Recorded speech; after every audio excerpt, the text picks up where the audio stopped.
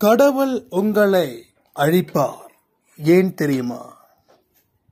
துரோகம் மிக எளிதாக நடக்குது.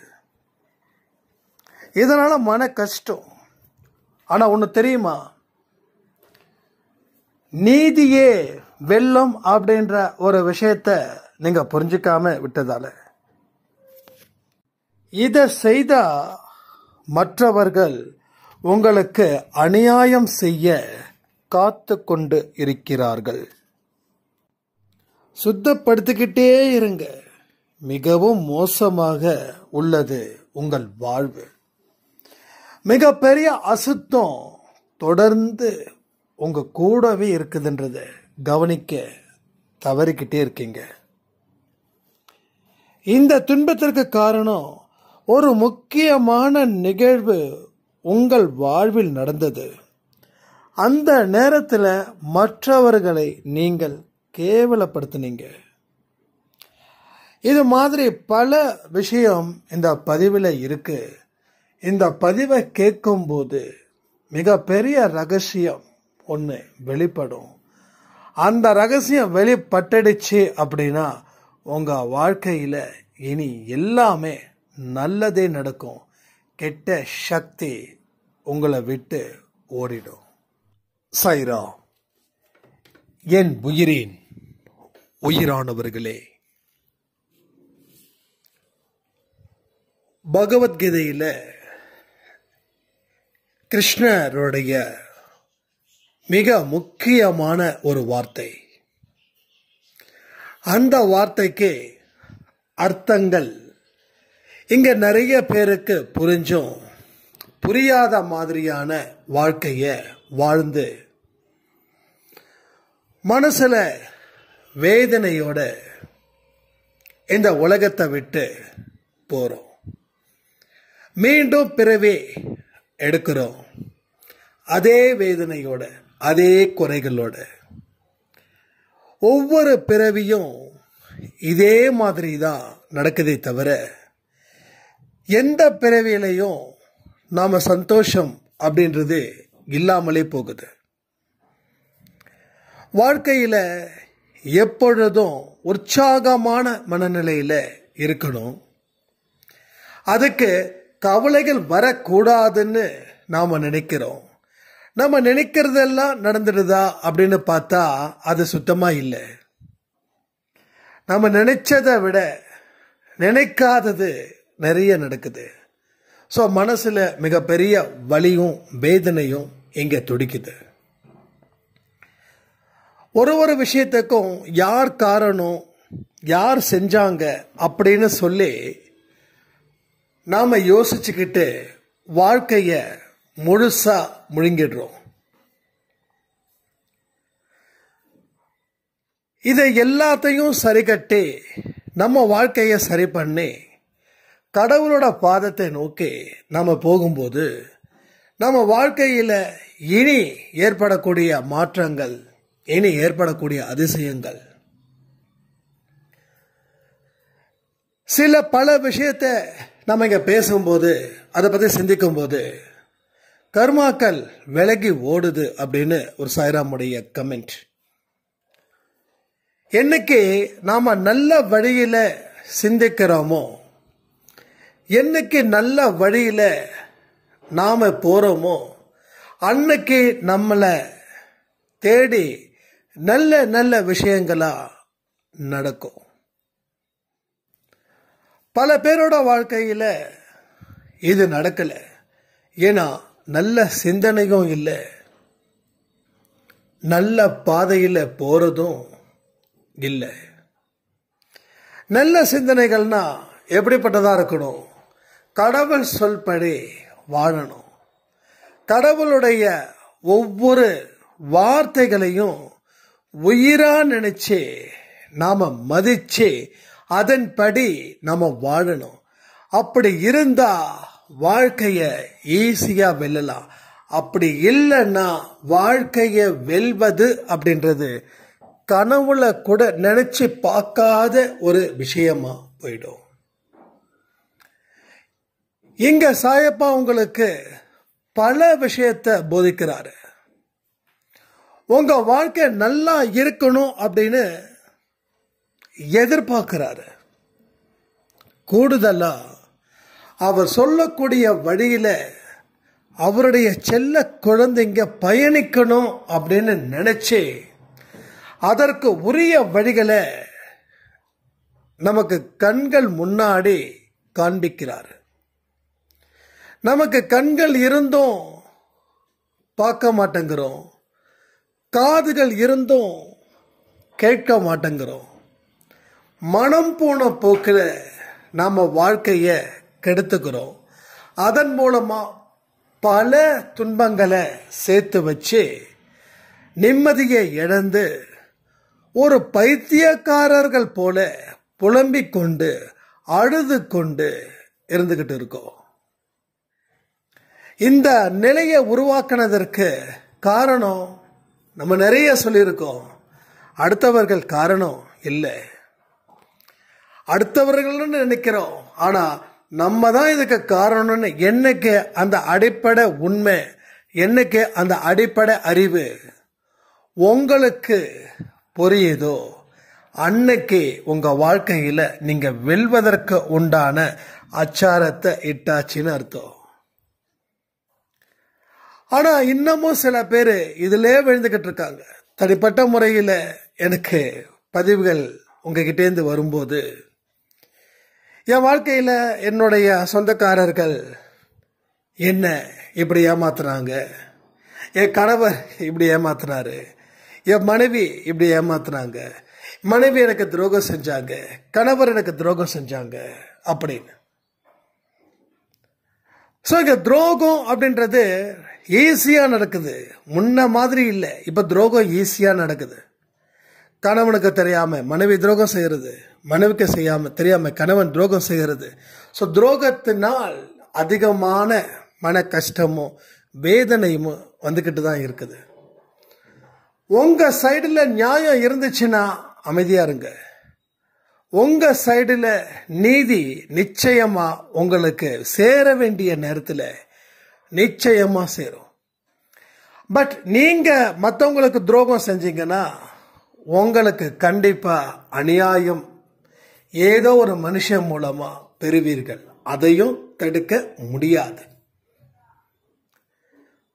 உங்களுக்கு மற்ற மனுஷங்க என்ன பண்ணணும்னு நீங்க நினைக்கிறீங்க, அதை நீங்க மற்றவர்களுக்கு செய்யுங்க. உங்களை பத்தி மற்றவங்க என்ன நினைக்கணும் அப்படின்னு நீங்க எதை நினைக்கிறீங்களோ அதை மற்றவங்களுக்கும் பத்தி நினைங்க. ஸோ இதுல தான் வாழ்க்கையுடைய மிகப்பெரிய ரகசியமே இருக்குது. ஸோ இந்த சீக்ரெட் இதுதான், வேற ஒன்றும் கிடையாது. நம்ம மனசுல என்னமோ நாம உருவாக்குனது சரின்னு நினைச்சு நாம வாழ்ந்துகிட்டு இருக்கோம்.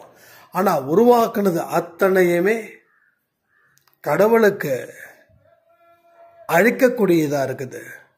உங்க எண்ணங்களை கடவுள் அழிக்கிறாரு. அப்போ உங்க எண்ணங்களோட சேர்ந்து உங்களையும் அவர் அழிக்கிறாரு. நீங்க யாரு அப்படின்னா, நீங்கன்றது உங்க உடம்போ உங்க உயிரோ இல்லை. நீங்கன்றது உங்க எண்ணம், தாட்ஸ் தான் நீங்க. உங்க எண்ணங்கள் தான் நீங்க, உங்க செயல்கள் தான் நீங்க, வேற ஒண்ணும் கிடையாது. நீங்க 6 அடியோ 7 அடியோ, நீங்க வெள்ளையோ கருப்போ, உங்க தலை சொட்டையோ இல்ல முடி இருக்குதோ, நீங்க ஆணோ நீங்க பெண்ணோ, நீங்க படிச்சவங்களோ படிக்காதவங்களோ, ஏழையோ பணக்காரனோ, அதெல்லாம் எதுவும் இல்லை. அது அடையாளமே இல்லை. ஸோ நீங்க யாருன்றது உங்களோட தாட்டு, உங்க எண்ணங்கள். அப்போ அந்த எண்ணங்கள் கடவுள்கிட்ட இருந்து உற்பத்தி ஆயிருக்கணும். ஆனா எல்லார்கிட்டையும் கடவுள்கிட்ட இருந்து தான் உற்பத்தி ஆகுது. எப்படி ஸ்தவன மஞ்சுரியில ஒரு அருமையான ஒரு வார்த்தை, அந்த வார்த்தை ரொம்ப அற்புதமா இருக்கும். வானத்திலிருந்து பொழிகிற மழை நீர் பூமிக்கு வந்து சேரும்போது அது எங்கெங்கேயோ போய் சேருது. கடல்ல கலக்கிற நீர் கடல்ல போகுது. புனித கோதாவரி நதியில கலக்கிற நீர் புனித தன்மையா போகுது. சாக்கடையிலையும் குட்டையிலையும் விழுந்த நீர் மட்டமான ஒரு இடமா போய் சேருது. அதே போலதான் கடவுள்கிட்ட இருந்துதான் நாம வந்தோம்.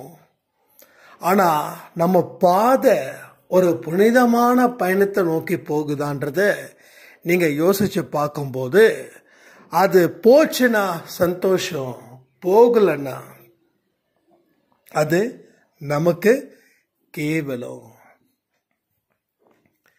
ஏன்னா இப்ப நீங்க யாரு அப்படின்றது உங்க எண்ணங்களை வச்சு உருவாக்குனது. அப்ப உங்க வாழ்க்கையில துன்பங்கள் இன்னைக்கு தொடர்ந்து இருக்குதுன்னா உங்க எண்ணங்கள் புனிதமான இடத்துல போய் சேரல. உங்க எண்ணங்கள் ஒரு மட்டமான, ஒரு மோசமான ஒரு இடத்துல போய் நிக்குதுன்னு அர்த்தம். இததான் நாம சுத்தப்படுத்திக்கிட்டே இருக்கணும். இதை சுத்தப்படுத்த அழுக்காகிக்கிட்டே தான் இருக்கும். அதனால சுத்தப்படுத்தாம விடக்கூடாது, சுத்தப்படுத்திக்கிட்டே இருக்கணும். ஒரு நாள் இல்ல 2 நாள் சுத்தப்படுத்தலைன்னா அழுக்கு பயங்கரமா இருக்கும், தாறுமாறா இருக்கும். அழுக்கு தாறுமாறா இருக்கும். அதனாலதான் நல்ல விஷயங்களை தொடர்ந்து செய்ய முயற்சிகள் செஞ்சுக்கிட்டே இருக்கணும். முயற்சியை நீங்க விட்டுட்டீங்கன்னா ஒரு நாள், ஒரே ஒரு நாள் நீங்க சுத்தப்படுத்தலைன்னா அந்த இடம் மோசமான ஒரு அழுக்க கொடுக்கும். ஒரு நாள் சுத்தப்படுத்தாததுக்கே இப்படின்னா பல நாள் சுத்தப்படுத்தலைன்னா எத்தனை அழுக்குகள் உள்ள வந்து சேரும். புரியுதா? அப்ப இங்க பல பேர் என்ன பண்றோம், ரொம்ப எமோஷனலா ஆரத்தி எடுக்கிறோம், சச்சரித்திரம் படிக்கிறோம், இன்னும் நல்ல விஷயங்கள் செய்கிறோம். ஆனா 10 நாள் 15 நாளைக்கு மேல செய்யல, மறுபடியும் 15 நாள் ரெஸ்ட், மறுபடியும் ஃபர்ஸ்ட், மறுபடியும் ரெஸ்ட், மறுபடியும் ஃபர்ஸ்ட், மறுபடியும் ரெஸ்ட். அப்போ இது என்ன எப்படி இருக்குதுன்னா, ஒரு 40 நிமிஷம் வாக்கிங் போயிட்டு நான் உடம்ப எக்ஸசைஸ் பண்றேன், கலோரியை குறைக்கிறேன், உடம்புல இருக்கக்கூடிய கொழுப்பு இல்லை எல்லாமே சொல்லிட்டு அப்படியே அந்த வழியில வரும்போது நல்லா பஜ்ஜியும் போண்டாவும் சாப்பிட்டுக்கிட்டு டீல சர்க்கரை கொஞ்சம் தூக்கலா போட்டு குடிச்சு வீட்டுக்கு வந்தா என்ன பயன்? என்ன பயன்? சோ எதுக்கு போனீங்க? உடம்புல இருக்கக்கூடிய கலோரியை குறைக்க. இப்ப என்ன கொண்டு வந்திருக்கீங்க? உடம்புல குறைச்ச கலோரியை விட அதிகமான கலோரியை ஏற்றிட்டு வந்திருக்கீங்க. நீங்க வாக்கிங் போகாம இருந்திருக்கலாம். இப்ப உங்களுக்கு லாபமா நஷ்டமான்னு பாத்தீங்கன்னா பெரும் நஷ்டம். வாக்கிங் போகாம இருந்தா கூட நஷ்டம் குறைஞ்ச அளவுல இருக்கு. ஆனா வாக்கிங் போயிட்டு உங்களுக்கு பெரும் நஷ்டம். ஏன்னா விட்ட கலோரியை விட ஏத்தின கலோரி ரொம்ப ஜாஸ்தி.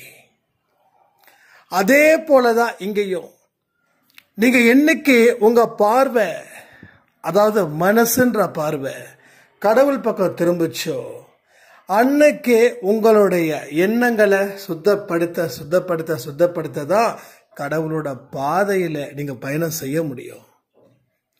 இல்லை அப்படின்னா பயணம் வேற மாதிரி போயிடும். ஒன்னு 2 பாதை தான். ஒன்னு ஆண்டவன் கொடுத்த பாதை, இன்னொன்னு சாத்தான் கொடுத்த பாதை. ஒன்னு இந்த பாதையில போனோம், இல்ல அந்த பாதையில போனோம். ஒரு நாள் இந்த பாதை, ஒரு நாள் அந்த பாதை அப்படின்னா பல நாட்கள் அந்த பாதையில போயிட்டு இருப்போம். சாத்தான் கொடுத்த பாதையில, இந்த பாதையில போக மாட்டோம். இத நம்ம உணர்வு பூர்வமா உணரணும். 2வது அதுல இருக்கக்கூடிய அந்த ஆபத்தையும் தெரிஞ்சுக்கணும். ஆபத்தை தெரிஞ்சுக்கிட்டாதான் நம்ம அந்த இடத்துக்கு போக மாட்டோம். ஒரு குழந்தை இருக்குது, விளக்கு எரியுது, அந்த குழந்தைக்கு ரொம்ப நாள் ஆசை, அது என்ன அப்படின்றத தொட்டு பார்க்கணும். எப்பெல்லாம் குடுக்குடுன்னு ஓடுதோ அப்பெல்லாம் அவங்க அம்மாவோ அப்பாவோ தடுக்கிறாங்க, தொடாதே சுடும் அப்படின்னு. குழந்தை என்னைக்காவது ஒரு நாள் பெற்றவங்க கொஞ்சம் வேற பக்கம் கவனத்தை வைக்கும் போது குழந்தை வேகமா ஓடுது, தொடுது, சுடுது. அப்ப தெரியுது, தொட்டா சுடும், இனிமே தொடக்கூடாது அப்படின்னு ஒரு பயம் அங்க இருக்குது. நம்ம நிறைய தடவை தொட்டு இருக்கோம், பாவத்தை தொட்டு இருக்கோம், அது நம்ம வாழ்க்கையில நிறைய சுட்டு இருக்குது. ரைட்டா? அதுதான் நமக்கு கிடைச்ச அனுபவம். இனி பாவத்தை தொடக்கூடாது. வாழ்க்கையில நாம செய்ய வேண்டிய விஷயங்கள் கண்ணும் கருத்துமா இருக்கணும். அதுல எந்த விதமான ஒரு காம்ப்ரமைசஸும் வச்சுக்கவே கூடாது. எண்ணம் நல்லா இருந்துச்சுன்னா இருக்கிற அத்தனை தெய்வங்களும் உங்களுக்கு சொந்தமா வந்து நிற்பாங்க. எண்ணம் சரியில்லைன்னா அத்தனை தெய்வங்களும் பிச்சுக்கிட்டு போயிடுவாங்க, பிச்சுக்கிட்டு. அப்ப நாம கோயிலுக்கு ஓடணும். ஏன் கோயிலுக்கு ஓடுறோம்? நாம எண்ணங்களால வீழ்த்தப்பட்டோம், அதனால துன்பம் சேர்ந்துச்சு. துன்பம் சேர்ந்ததால கோயிலுக்கு போனோம். கோயிலுக்கு ஏன் போனோம்? கடவுளே காப்பாத்துன்னு சொன்னோம், அவ்வளவுதான். எண்ணம் சுத்தமா இருந்துச்சுன்னா கோயிலும் வேண்டாம். எண்ணம் சுத்தமா இருந்தா மந்திரம் வேண்டாம். எண்ணம் சுத்தமா இருந்தா பிரார்த்தனையும் வேண்டாம். அப்ப பிரார்த்தனை ஏன் வேண்டாம் அப்படின்னு நான் சொல்றேன்னா, எண்ணங்கள் சுத்தமா இருக்கும்போது உங்க மனசுல என்னெல்லாம் நினைக்கிறீங்களோ ஆட்டோமேட்டிக்கா வெளியில நடக்கும். எண்ணம் சுத்தம் இல்லாத போது எவ்வளவுதான் பிரார்த்தனைகள் வச்சாலும் பிரார்த்தனைகள் எதுவுமே நடக்காது.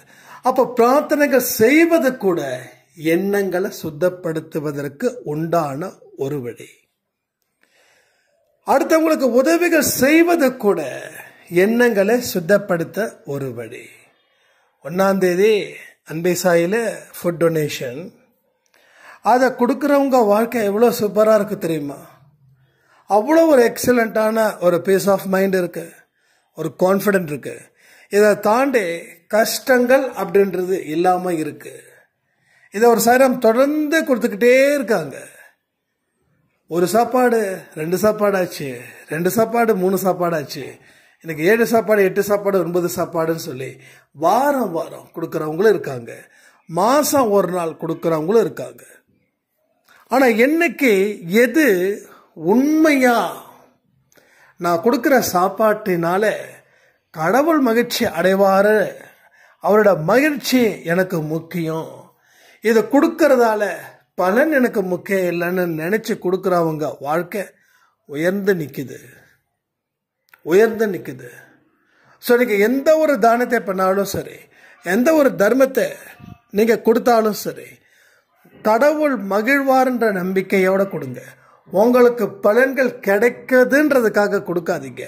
அப்படி கொடுக்குறவங்க எல்லா கோயில்லையும் 1000 பேருக்கு 1,00,000 பேருக்கு அன்னதானம் செஞ்சுக்கிட்டு இருக்காங்க.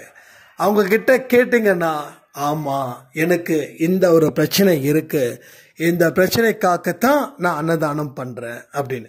இப்போ அவங்க கிட்ட போயிட்டு இந்த மாதிரி பிரச்சனைகள் இந்த அன்னதானத்தினால மட்டும் முடியாது அப்படின்னா அந்த அன்னதானத்தை அதோடு நிறுத்திக்கிட்டு அவங்க லைஃப்ல அந்த அன்னதானத்தை கொடுக்கவே மாட்டாங்க.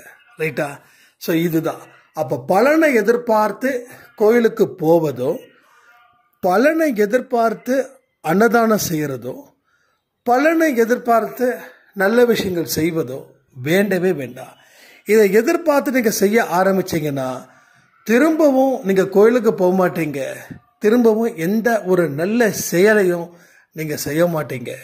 நீங்க செய்யக்கூடிய அத்தனையும், மற்றவங்களுக்கு செய்யக்கூடிய அத்தனையும் திருப்பி உங்களுக்கே வருது அப்படின்ற ஒரு விஷயத்தையும் நீங்க நினைச்சுக்கோங்க. அதே போல இன்னொரு விஷயத்தையும் சொல்லிதான் ஆகணும். நீங்க எதெல்லாம் இந்த பூமியில செய்யறீங்களோ அது எல்லாமே திருப்பி உங்களுக்கே தான் கிடைக்குது. எதுவுமே கிடைக்காம இல்லை, எல்லாமே. ஒரு பாயிண்ட்ல என்ன பாவம் செஞ்சாலும் சரி, ஒரு பாயிண்ட்ல என்ன புண்ணியம் செஞ்சாலும் சரி, அது உங்க அக்கௌண்ட்ல ஒன்று வரவுல இருக்கும், இல்லை செலவுல இருக்கும். ஆனா புண்ணியன்ற வரவு நமக்கு இப்ப தேவைப்படுது. புண்ணியன்ற வரவு தான் நமக்கு இப்ப மிக மிக முக்கியமான ஒரு விஷயமா இங்க நிக்குது. அப்போ உங்க வாழ்க்கையில எல்லா விஷயமும் ஏன் நடக்குது, எதுக்கு நடக்குது? இப்பதான் இந்த பகவத்கீதையோட வார்த்தைக்கே நான் வரேன். எது நடந்ததோ அது நன்றாகவே நடந்ததுன்னு ஒரே ஒரு வார்த்தை. நான் அடிக்கடி யோசிப்பேன், ஒரு ஸ்டேஜில் இது எல்லா மனுஷங்களும் எல்லா பிஸ்னஸ் பண்ணுற இடத்துலையும் எல்லோருடைய வீட்டிலையும் எழுதி வச்சிருக்காங்க. இதை எழுதி வச்சதுக்கு அர்த்தம் எனக்கு தெரியும், உங்களுக்கு தெரியும். ஏன்னா அது தமிழில் தான் எழுதியிருக்கு, வேறு லாங்குவேஜில் இல்லை. அந்த அர்த்தமும் தெரியும், அதனுடைய பொருளும் தெரியும். ஆனால் அதன்படி தான் நாம் நடந்தோமா? அப்படி அதன்படி நடக்கும்போது ஏன் வாழ்க்கையில் நமக்கு இவ்வளவு பெரிய பிரச்சனைகள் வந்திருக்குது? அப்போ எது நடந்ததோ அது நன்றாகவே நடந்தது. உன் வாழ்க்கைக்கு ஒரு தண்டனை உனக்கு இன்னைக்கு கிடைச்சிருக்குதுன்னா அதை சந்தோஷமா ஏத்துக்கோ. தண்டனையா சந்தோஷமா ஏத்துக்கிறதா? இது என்ன பைத்தியக்காரத்தனம் அப்படின்னு கேள்விகள் வரும். இதுக்கு ஒரே பதில் என்னால சொல்ல முடியும். இன்னைக்கு இந்த தண்டனையை ஏத்துக்கிற அளவுக்கு நம்ம மனசு, நம்ம உடம்பு கரெக்டா இருக்கு. இதை விட்டுட்டோன்னா ஒரு 70-80 தாண்டும் போது அப்படான்னு சொல்லி ஓரமா உட்காரும் போது அப்ப தண்டனை கிடைச்சா அந்த தண்டனையை நம்ம அனுபவிக்க முடியும். அந்த பனிஷ்மெண்ட்டை நம்மளால ஏத்துக்கிட்டு வாழ்க்கையில வாழ முடியும். ஸோ 30 to 40 ரைட் ஏஜ் உங்க பனிஷ்மெண்ட்டுக்கு. அப்போ 30ல இருந்து 40 எல்லா மனுஷனுக்கும் ஒரு கடுமையான ஒரு பீரியட்ஸ். எப்போ? 30 to 40. இந்த 30 to 40ஸ்ல உங்க மனசுல ஒரு நம்பிக்கையும் தைரியமும் இருக்கணும். அந்த இடத்துல அதை விட்டுட்டோம்னா அடுத்த 40ஸ்க்கு மேலேயோ இல்ல 50ஸ்க்கு மேலேயோ வாழ்க்கையில சிரமப்பட்டுக்கிட்டே தான் இருக்கணும். சிரமப்படணும், கண்ணீர் வடிக்கணும். இது தேவையா? சொல்லுங்க, இது தேவையா? அப்போ உங்க வாழ்க்கையில இன்னைக்கு இப்படிப்பட்ட ஒரு துன்பம் இருக்குது அப்படின்னா கடவுளுக்கு நன்றி சொல்ல முடியுமா? உங்களால சொல்ல முடியுமா? சொல்லுங்க, நன்றி சொல்ல முடியுமா? சொல்ல முடியும்னு சொல்லக்கூடாது. என்கிட்ட நான் கேள்வி கேட்கல, என்கிட்ட பதில் சொல்லல, என்கிட்ட பதில் வேண்டாம். கடவுளுக்கு நன்றி சொல்லுங்க. கடவுளே, இந்த தண்டனையை எனக்கு இந்த வயசுல கொடுத்ததுக்கு நன்றி. ஏன்னா இதை தாண்டினாதான் நாம நினைச்ச வாழ்க்கையை பெற முடியும். அதாவது தண்டனைய அனுபவிச்சாதான் அந்த தண்டனைக்கு அப்புறம் கிடைக்கக்கூடிய வாழ்க்கைய நாம அனுபவிக்க முடியும், ரசிக்க முடியும். அதை விட்டுட்டு நான் அப்படி பண்ண முடியாது, அப்படி செய்ய முடியாது, எனக்கு இந்த தண்டனையில இருந்து நான் தப்பிக்கணும் அப்படின்னு சொல்லி பல முயற்சிகள் நாம எடுப்போம். தண்டனையில இருந்து தப்பிச்சுப்போம். இப்ப ரீசெண்டா ஒரு நியூஸ் பார்த்தேன். ஏதோ தன்னுடைய மனைவிய அவர் கொலை பண்ணிட்டாரு. அதை இயற்கை மரணமோ ஏதோ சொல்லி முடிச்சிட்டாங்க. 20 வருஷம் கழிச்சு கேரளாவில் நடந்ததுன்னு நினைக்கிறேன். இது ரீசெண்டா கேரளாவோ எங்கேயோ சரியா போகல, ஆனால் மோஸ்ட்லி கேரளா தான் நினைக்கிறேன். 20 வருஷம் கழிச்சு அவரை அரெஸ்ட் பண்ணிருக்காங்க. அவருக்கு வயசு 70 வயசு. 70 வயசுல அவருடைய இறுதி காலம் எங்க போகுது? ஜெயில போகுது. 50ல அவர் சரண்டர் ஆயிருந்தாருன்னா தப்பிச்சிருக்கலாம். 70ல அவர் போலீஸ் அவரை கண்டுபிடிச்சு அவர் ஜெயிலுக்குள்ள அடைச்சு அவருக்கு தண்டனை உறுதியாயிடுச்சு. இப்ப யோசிச்சு பாருங்க, 70 வயசுக்கு அப்புறம் அங்க போகக்கூடியதா? சொல்லுங்க. அப்ப இதுதான் நம்ம தப்பிக்கிறதுக்கு 1000 முயற்சிகள், லட்சம் முயற்சிகள் பண்ணலாம். வழிகளும் இருக்கும், இல்லைன்னு சொல்லல.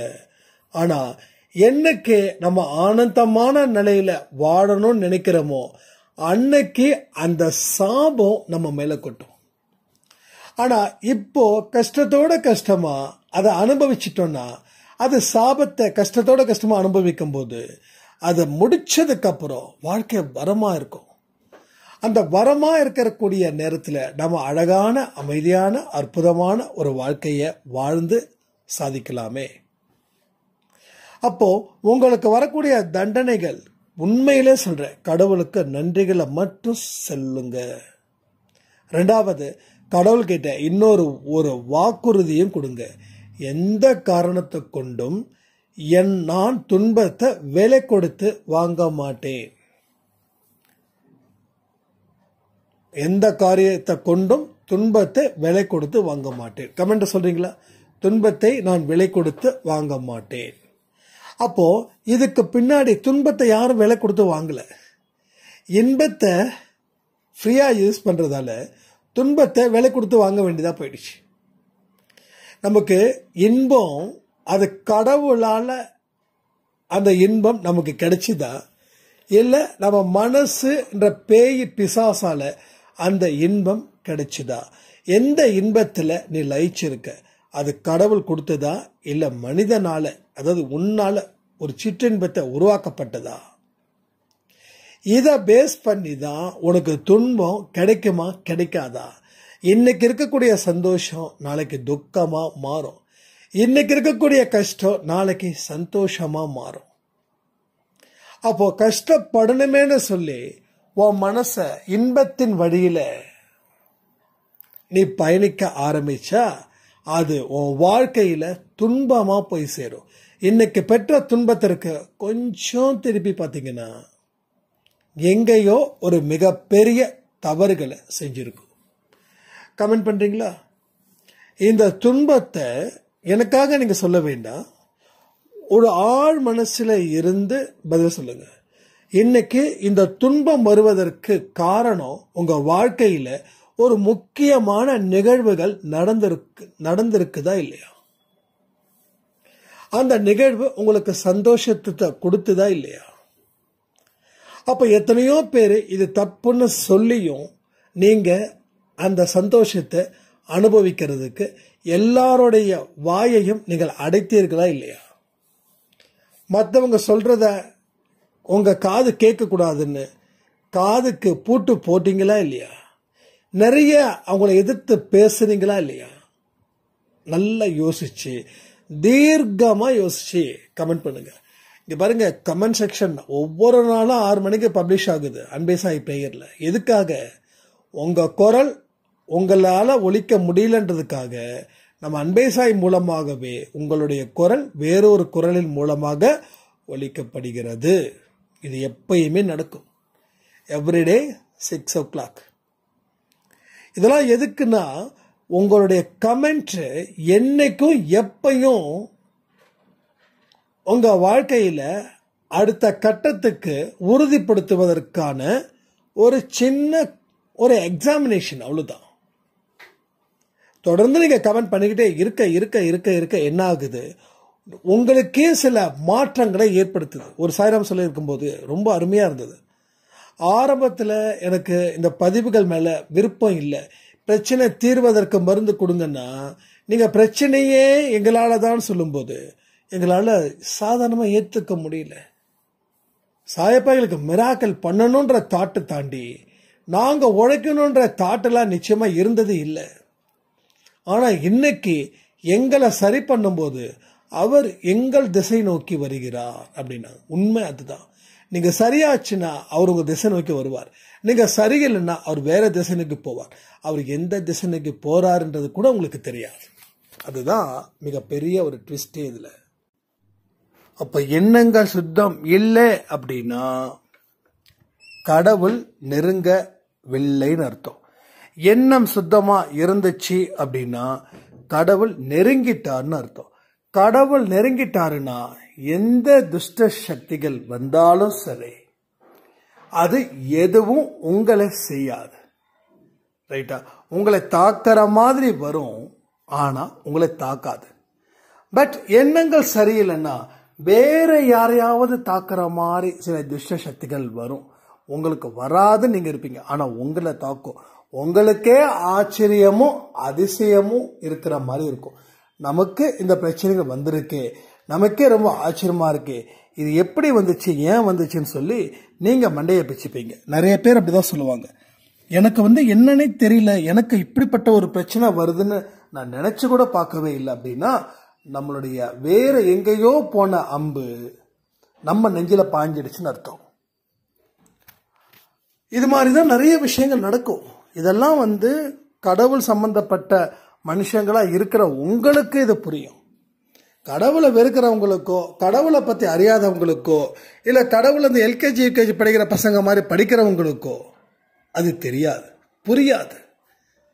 புரியுதா? ஸோ கடவுளோட தன்மை எப்படிப்பட்டது, கடவுளோட வழி எப்படிப்பட்டது, கடவுள் கொடுக்கக்கூடிய வழி வேற, வலி வேற. வலினா உடம்பு வலி சொல்லும், உடம்பு வலி மாதிரி மனசு வலி. அது எப்படிப்பட்டதுன்றது தெரிஞ்சுக்கிட்டா எல்லாத்துக்குமே ஒரு அர்த்தம் இருக்குது. அந்த அர்த்தத்தை தெளிவா புரிஞ்சிக்க புது சிந்தனைகள் உருவாகும். புது சிந்தனைகள் உங்களுக்கு வழி கொடுக்கும். ஸோ நல்லது மட்டுமே நமக்கு நடக்கும். ஸோ எந்த காரணத்தை கொண்டும் உங்க வாழ்க்கையில எந்த விதமான பிரச்சனைகளும் உங்களுக்கு வரவே வராது. அது மட்டும் என்னால் உறுதியா சொல்ல முடியும். ஸோ நிறைய விஷயங்கள் நம்ம பேசிக்கிட்டே இருக்கோம், பல விஷயங்கள் நம்ம செய்வது இல்லை.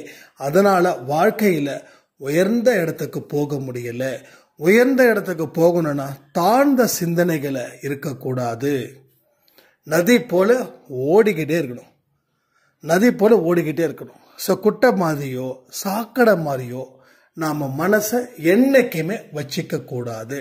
அப்படி வச்சுக்கிட்டா பிரச்சனை கடவுளுக்கு இல்லை, உங்களுக்குத்தான், நமக்குத்தான் அந்த பிரச்சனை. ஸோ இதெல்லாம் முடிவு பண்ணி வாழ்க்கையை வாழ்ந்து பாருங்க, நீங்க சாதிக்கலாம்னு சொல்லி இந்த பதிவை நான் முடிக்கிறேன். ஜெய் சாய்ராம்.